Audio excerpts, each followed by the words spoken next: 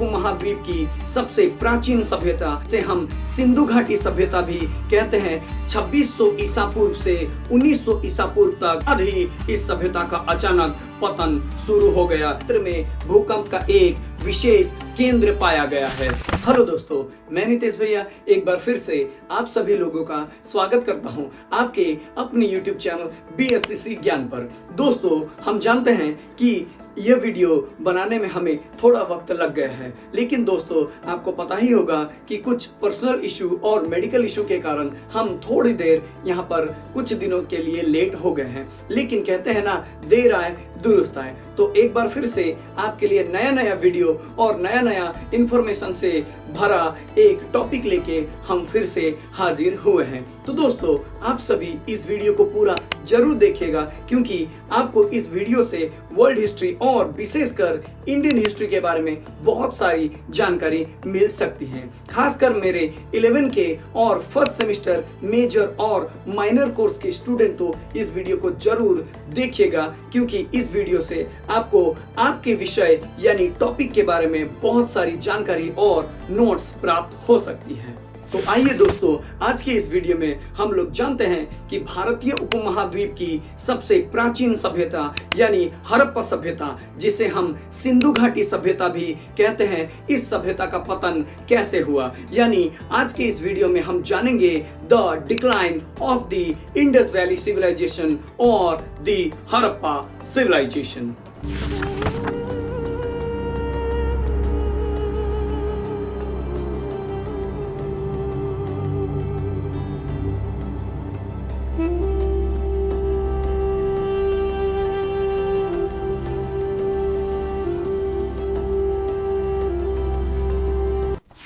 दोस्तों, आप सबको पता ही होगा कि हड़प्पा सभ्यता सिंधु नदी के किनारे बसी एक प्राचीन सभ्यता थी। आज से करीब 5000 साल पहले भारतीय उपमहाद्वीप में यह सभ्यता फली फूली थी।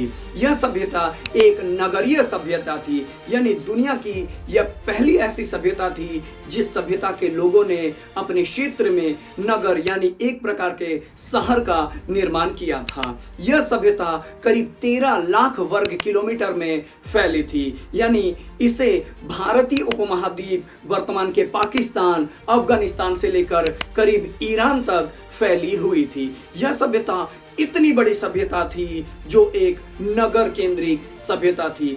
दोस्तों, आज से 5000 साल पहले हड़प्पा सभ्यता एक मॉडर्न विकसित नगरीय सभ्यता थी। यह बात इतिहासकारों को आज भी चौंकाती है, उन्हें विस्मय में डाल देती है कि आज से 5000 साल पहले बिना किसी मॉडर्न टेक्नोलॉजी के, बिना किसी इंजीनियरिंग के हड़प्पा सभ्यता के लोगों ने इतना मॉडर्न और इतना विकसित शहर या नगर कैसे बनाया था।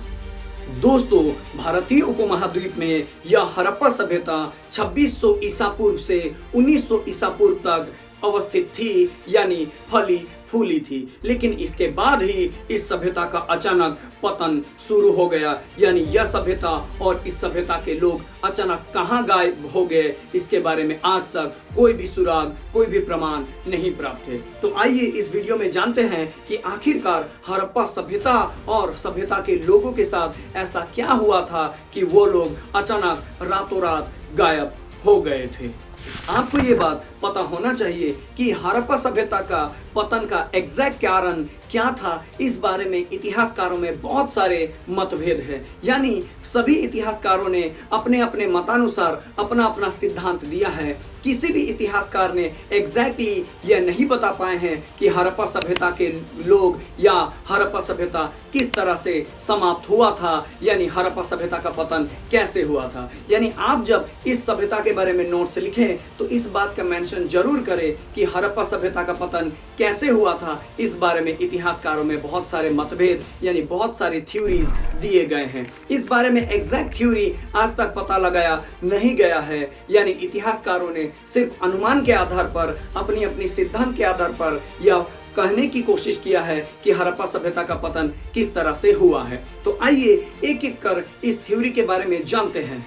दोस्तों, हड़प्पा सभ्यता के पतन का पहला कारण माना जाता है भूकंप यानी अर्थक्वेक को। इतिहासकारों का मानना है कि हड़प्पा सभ्यता जिस क्षेत्र में यानी जिस इलाके में हड़प्पा सभ्यता और इसके सारे नगर स्थित थे, उस क्षेत्र में भूकंप का एक विशेष केंद्र पाया गया है। यानी इतिहासकारों का मानना है कि उस केंद्र से, भूकंप के उस केंद्र से एक भयानक भूकंप का उत्पन्न हुआ होगा और इसी भयानक भूकंप के कारण हड़प्पा सभ्यता का शायद पतन हो गया होगा। हड़प्पा सभ्यता में खुदाई के दौरान बहुत सारे मकान को तोड़कर बहुत सारे मकान जो टूट गए थे उसे दोबारा बनाने का भी साक्ष्य यानी प्रमाण मिला है। इससे ये बात साबित होता है कि हड़प्पा सभ्यता में कभी न कभी एक विशाल भूकंप तो जरूर आया होगा। इसीलिए इतिहासकारों का मानना है कि हड़प्पा सभ्यता का पतन शायद भूकंप के वजह से हो सकता है।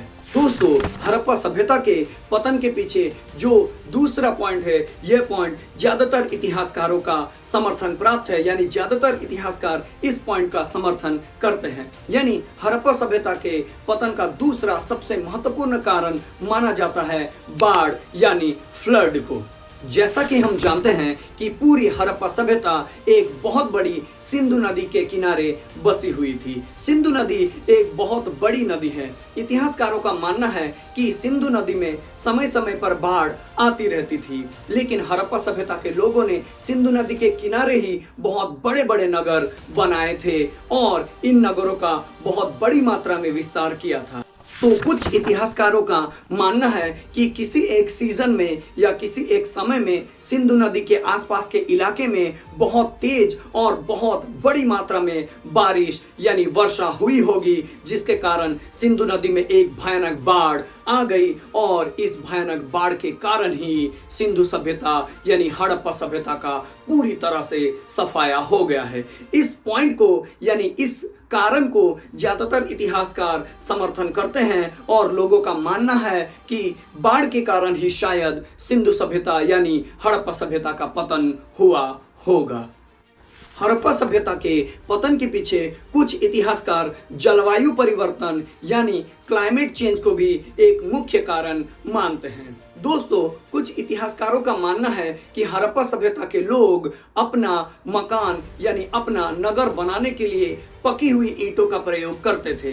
इन इतिहासकारों का कहना है कि इन ईंटों को बनाने के लिए हड़प्पा सभ्यता के लोगों ने आसपास के सभी जंगलों को काट डाला, जिसके कारण भट्टी जलाकर वो लोग ईंट बनाते थे, जिसके कारण हड़प्पा सभ्यता के आसपास के सारे जंगल साफ हो गए और हड़प्पा सभ्यता में धीरे धीरे जलवायु यानी क्लाइमेट चेंज होना शुरू हो गया। इन इतिहासकारों का कहना है कि इसके वजह से हड़प्पा सभ्यता यानी हड़प्पा के इलाके में वर्षा यानी बारिश धीरे धीरे कम हो गई और कम होते होते पूरी तरह से बारिश आना ही बंद हो गया, जिस वजह से हड़प्पा सभ्यता में खेतीबाड़ी पशुपालन पर असर पड़ा और हड़प्पा सभ्यता के इलाके धीरे धीरे रेगिस्तान में तब्दील होने लगे। भूखमरी और पशुपालन की कमी, कृषि काज, भूखमरी और बीमारी के कारण यह इतिहासकार बताते हैं कि शायद हड़प्पा सभ्यता का पतन हुआ होगा। दोस्तों, हड़प्पा सभ्यता के पतन के पीछे एक और थ्योरी माना जाता है विदेशी आक्रमण यानी फॉरेन इन्वेजन को। मार्टिमन व्हीलर जैसे इतिहासकार इस बात का, इस कारण का समर्थन करते हैं। कुछ इतिहासकार मानते हैं कि हड़प्पा सभ्यता का पतन शायद विदेशी आक्रमण यानी आर्यों के आक्रमण से इस सभ्यता का पतन हुआ होगा। दोस्तों, यह इतिहासकार कहते हैं कि हड़प्पा और मोहनजोदड़ो के इलाके में जब खुदाई हुई थी तब बहुत सारे नरकंकाल एक साथ एक दूसरे के ऊपर लदे हुए सामूहिक रूप में नरकंकाल पाए गए थे। उन कंकालों का जब शोध हुआ था तो उनके हड्डियों में और खोपड़ी पर तेज धार के घाव के निशान पाए गए हैं। इससे ये पता चलता है कि हड़प्पा सभ्यता के लोग, इनके ऊपर कोई ना कोई जाति का हमला हुआ था व इन्होंने कोई ना कोई युद्ध जरूर लड़ा था। ऐसे बहुत सारे एक गुच्छे में नरकंकाल हड़प्पा सभ्यता में पाए गए हैं। कुछ कंकाल तो ऐसे भी पाए गए हैं जिनके गले में और जिनके हड्डियों में अभी तक उनके आभूषण यानी उनके अलंकार, उनके गहने वहीं पर साबुत मौजूद थे। तो इससे यह बात पता चलता है कि हड़प्पा सभ्यता में किसी न किसी जाति का आक्रमण जरूर हुआ होगा, जिसके कारण इस सभ्यता का रातों रात सफाया हो गया और इस सभ्यता के अधिकतर लोग मारे गए थे। हड़प्पा सभ्यता के पतन के पीछे एक और कारण माना जाता है सिंधु नदी का पथ परिवर्तन, यानी सिंधु नदी के पथ यानी रास्ते में परिवर्तन का होना। हड़प्पा सभ्यता के लोगों ने एक विशाल नगर बनाया था जो सिंधु नदी के किनारे ही बसी हुई थी।